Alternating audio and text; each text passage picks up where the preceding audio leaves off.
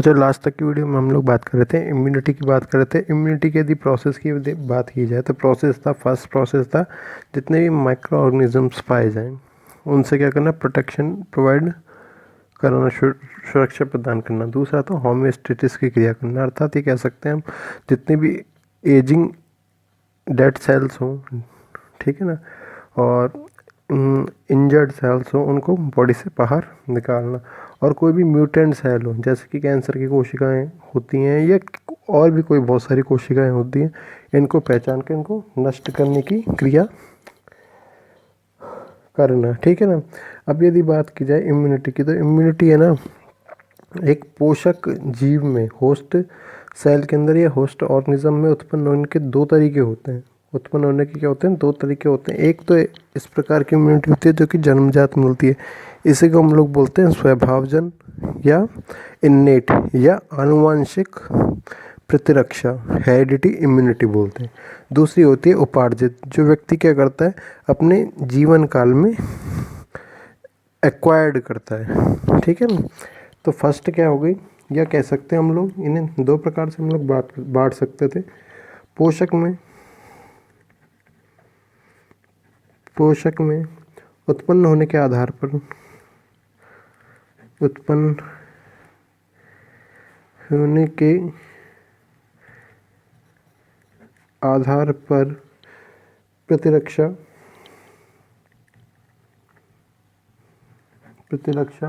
दो प्रकार की होती है।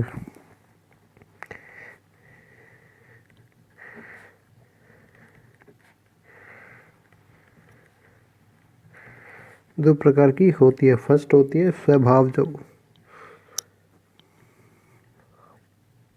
स्वभावज प्रतिरक्षा, या कह सकते हैं इसे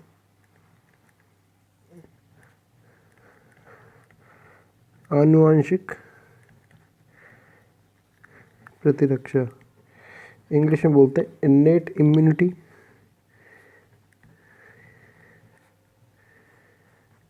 या कह सकते हैं हेरिडिटी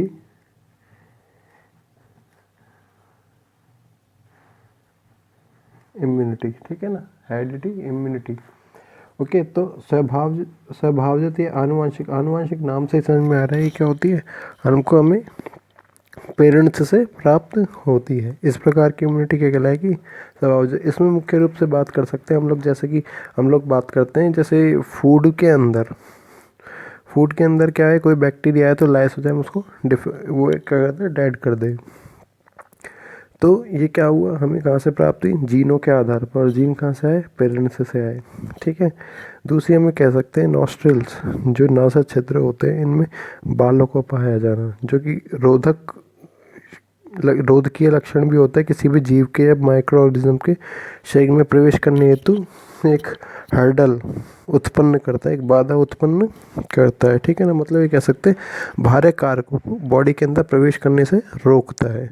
दूसरा हम कह सकते हैं फेगोसाइटोसिस मेथड, कोई भी कारक यदि बॉडी के अंदर प्रवेश करता है तो उसको पहचान कर क्या कर दे, बॉडी के अंदर नष्ट कर दे। इस प्रकार से दो प्रकार से क्या कर सकते हैं, दो प्रकार की प्रतिरक्षा को स्वभावज इन्नेट इम्यूनिटी कहा जा सकता है।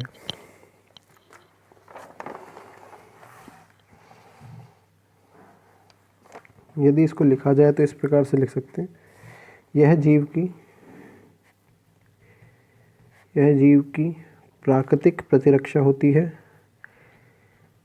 प्राकृतिक प्रतिरक्षा होती है। यह जीव में जन्म से पैतृक लक्षणों के साथ प्राप्त होती है, पैतृक लक्षणों के साथ प्राप्त होती है, ठीक है ना, पैतृक लक्षणों के साथ प्राप्त होती है।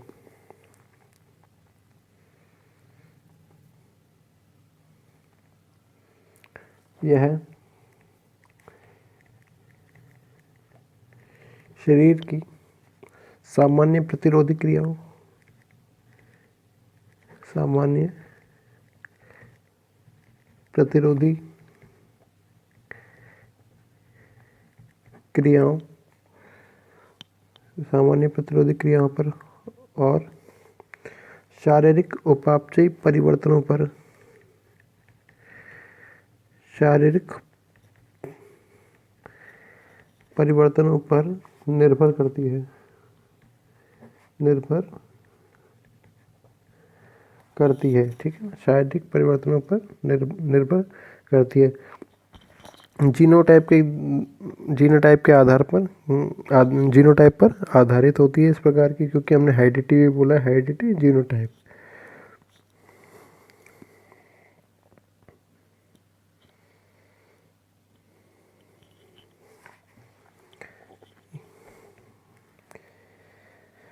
यह सुरक्षात्मक तंत्रों का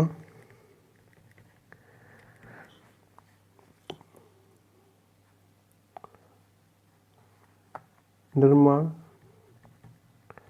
जीनों के आधार पर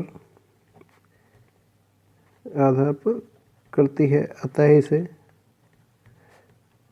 अतः इसे जन्मजात इनबोर्न आनुवांशिक जेनेटिक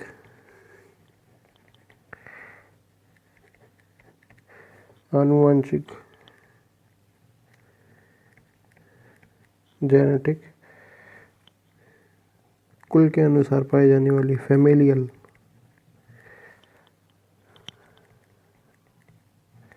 फैमिलियल और प्राकृतिक नेचुरल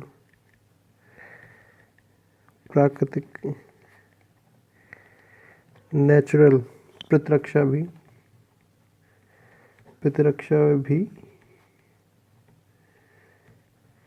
कहते हैं। ठीक है ना, नेचुरल प्रतिरक्षा भी कहते हैं। ठीक है ना, इस क्रिया में किसी भी प्रतिजन की पहचान नहीं की जाती, क्योंकि हमने बात की बाधा उत्पन्न करते हैं। नॉस्ट्रल्स में जो हेयर्स पाए जाते हैं, नासारंध्रों में जो बाल पाए जाते हैं, वो किसी भी जीव को आने से रोकने का काम करते हैं, उसे पहचानने का काम नहीं करते। तो ये इस प्रकार से कह सकते हैं हम लोग, जो प्रतिजनों की पहचान नहीं करती और ना ही कोई विशिष्ट प्रकार की प्रतिक्रिया प्रदर्शित करती है। नॉन स्पेसिफिक इम्यूनिटी भी इसीलिए कहलाती है। इसमें किसी प्रतिजन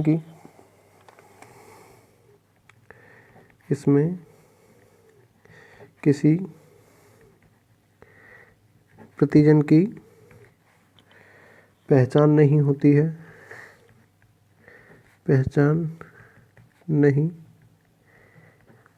है, ना ही कोई विशिष्ट प्रतिरक्षी प्रतिक्रिया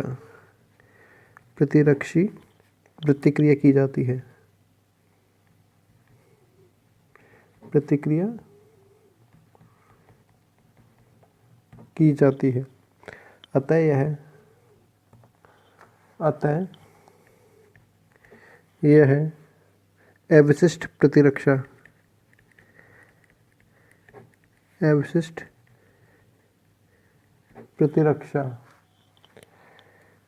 नॉन स्पेसिफिक इम्यूनिटी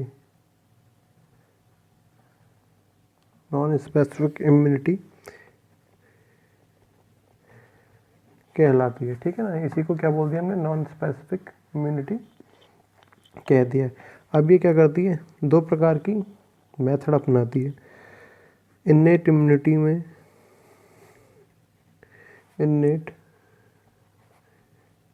इम्यूनिटी में दो तरीके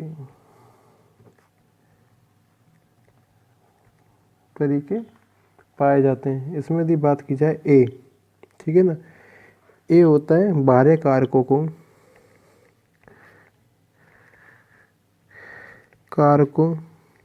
को शरीर में शरीर में प्रवेश से रोकना, ठीक है ना, बाहरी कारकों को शरीर में प्रवेश से रोकना। बी होता है जो कारक शरीर में प्रवेश कर जाए उनको पहचान कर नष्ट करने की क्रिया, ठीक है ना, उन कारकों को शीघ्र नष्ट करना, कारकों को शीघ्र नष्ट करना, जो उन कारकों को शीघ्र नष्ट करना जो शरीर में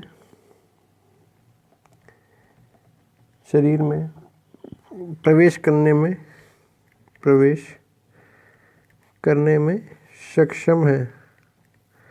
सक्षम हो गए हैं,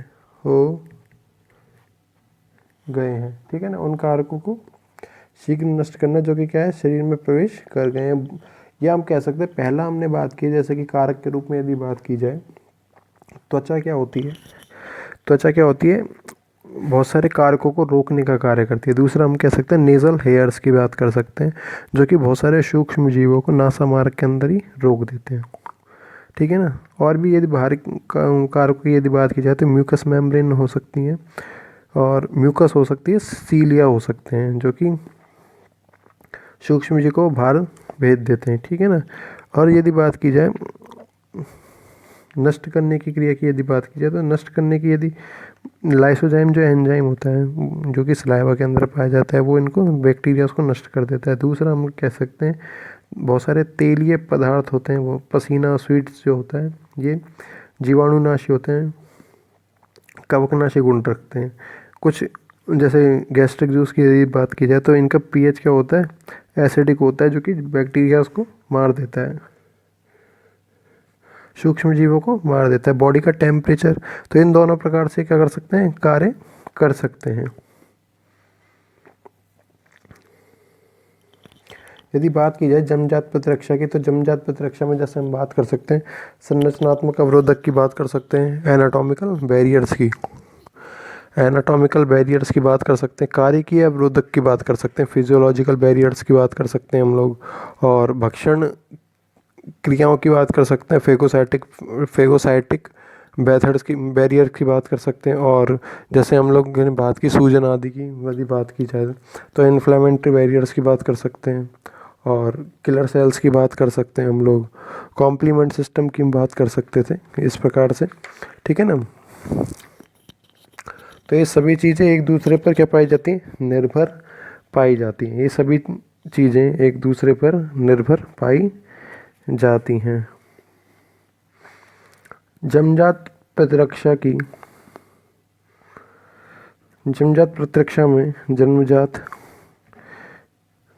प्रतिरक्षा में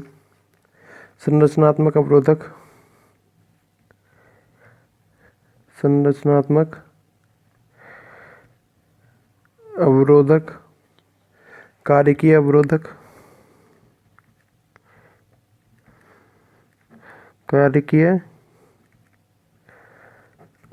फिजियोलॉजिकल बैरियर, भक्षाणुनाशी अवरोधक,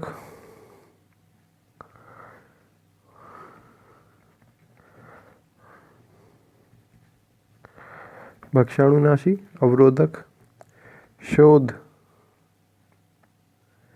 अवरोधक, इन्फ्लामेटरी बैरियर्स लिख सकते हैं, इन्फ्लामेटरी